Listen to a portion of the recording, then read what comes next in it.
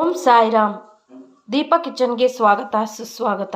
Friends, ಬೇರೆ ಏನು use ಮಾಡ್ದಲೆ 2 ingredients ಹಾಕಿ ಮಾಡಿರೋಂಥ ಇಡ್ಲಿ ಫ್ರೆಂಡ್ಸ್. ತಲೆ ಕೆಡಿಸ್ಕೊಳ್ಳೋಗೆ ಇಲ್ಲ.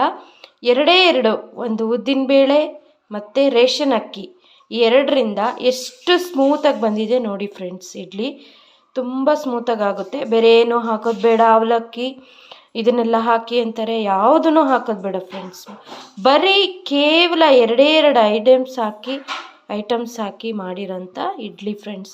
ಇದನ್ನು ನಾನು ಹೇಗೆ ಮಾಡೋದು ಅಂತ ಹೇಳ್ಕೊಡ್ತೀನಿ, ಬನ್ನಿ ಫ್ರೆಂಡ್ಸ್. ನಾನು ತೋರಿಸಿದ್ನಲ್ವ, ಅದಕ್ಕೆ ಯಾವ್ಯಾವ ಇಂಗ್ರೀಡಿಯೆಂಟ್ಸ್ ಹಾಕಿದ್ದೀನಿ ಅಂತ ತೋರಿಸ್ತೀನಿ ಫ್ರೆಂಡ್ಸ್. ಫ್ರೆಂಡ್ಸ್, ಇದರಲ್ಲಿ 1 ಲೋಟ ಅಕ್ಕಿ ಹಾಕಿದ್ದೀನಿ. ಇದರಲ್ಲೇ 1 ಲೋಟ ಅಕ್ಕಿಗೆ ಅರ್ಧ ಲೋಟ ಉದ್ದಿನಬೇಳೆ ಹಾಕಿದ್ದೀನಿ. ಇದಕ್ಕೆ ಮೆಂತೆನೂ ಹಾಕ್ತಾರೆ ಫ್ರೆಂಡ್ಸ್. ಮೆಂತೆ ಹಾಕಿದರೆ ಕಲರ್ ಚೇಂಜ್ ಆಗುತ್ತೆ, ವೈಟ್ ಇಡ್ಲಿ ಇರೋದಿಲ್ಲ ಅಂತ ಹೇಳಿ ನಾನು ಮೆಂತೆ ಹಾಕೋದಿಲ್ಲ.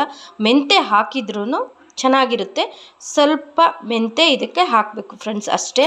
ಆದರೆ ನಿಮಗೆ ವೈಟ್ ಕಲರ್ ನನಗೆ ಇಡ್ಲಿ ಬೇಕು ಅಂತ ಹೇಳಿ ನಿಮಗೇನಾದರೂ ಅನಿಸಿದ್ರೆ ಮೆಂತೆನ ಹಾಕೋಕ್ಕೆ ಹೋಗಬೇಡಿ ಫ್ರೆಂಡ್ಸ್.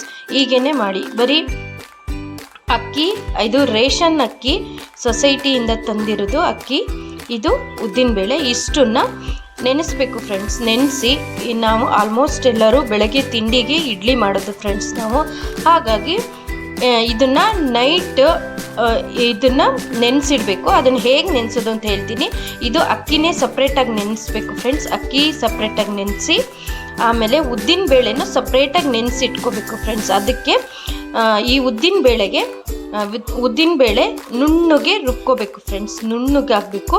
ಇದಕ್ಕೆ ಉದ್ದಿನಬೇಳೆಗೆ ಸ್ವಲ್ಪ ಅನ್ನನ ಹಾಕಬೇಕು ಫ್ರೆಂಡ್ಸ್. ಸ್ವಲ್ಪ ಅನ್ನ ಹಾಕಬೇಕು, ಬೇರೆ ಇನ್ನೇನು ಹಾಕಬಾರ್ದು ಫ್ರೆಂಡ್ಸ್. ಅನ್ನ, ಉದ್ದಿನಬೇಳೆ ಮತ್ತು ಅನ್ನ ಹಾಕಿ ನುಣ್ಣಗೆ ರುಬ್ಕೊಳ್ಳಿ ಫ್ರೆಂಡ್ಸ್. ಫುಲ್ ನುಣ್ಣಗಾಗಬೇಕು, ಆ ಥರ ರುಬ್ಕೊಳ್ಳಿ. ಆಮೇಲೆ ಅಕ್ಕಿ ನೆನೆಸಿಟ್ಟಿರ್ತೀರಲ್ಲ, ಅಕ್ಕಿನ ಸ್ವಲ್ಪ ತರಿಯಾಗಿ ರುಬ್ಕೊಳ್ಳಿ ಫ್ರೆಂಡ್ಸ್. ತರಿನೇ ಆಗಿರಬೇಕು, ನುಣ್ಣಗಾಗಬಾರ್ದು, ತರಿ ಇರಬೇಕು. ಆಮೇಲೆ ಇದು ಅನ್ನ ಮತ್ತು ಉದ್ದಿನಬೇಳೆ ನುಣ್ಣಗೆ ರುಬ್ಕೊಂಡಿರೋದು ಮತ್ತು ಅಕ್ಕಿ ಸ್ವಲ್ಪ ತರಿ ರುಬ್ಕೊಂಡಿರೋದನ್ನ ಮಿಕ್ಸ್ ಮಾಡಿ ಫ್ರೆಂಡ್ಸ್. ನೈಟ್ ಇಡೀ ಬಿಟ್ಟು ಬೆಳಗ್ಗೆ ನೀವು ಇಡ್ಲಿ ಮಾಡಿ ಫ್ರೆಂಡ್ಸ್. ನಾನು ತೋರಿಸಿರೋ ಹಾಗೆ ಮೃದುವಾಗಿ ತುಂಬ ಚೆನ್ನಾಗಿ ಇಡ್ಲಿ ಬರುತ್ತೆ ಫ್ರೆಂಡ್ಸ್. ಇದಾದಮೇಲೆ ಹೇಗೆ ಬಂತು ಅಂತ ಹೇಳಿ ನೀವು ಕಮೆಂಟ್ ಮಾಡಿ ಫ್ರೆಂಡ್ಸ್. ಹಾಗೆ ಲೈಕ್ ಮಾಡಿ, ಸಬ್ಸ್ಕ್ರೈಬ್ ಮಾಡೋದನ್ನು ಮರಿಬೇಡಿ. Thank you.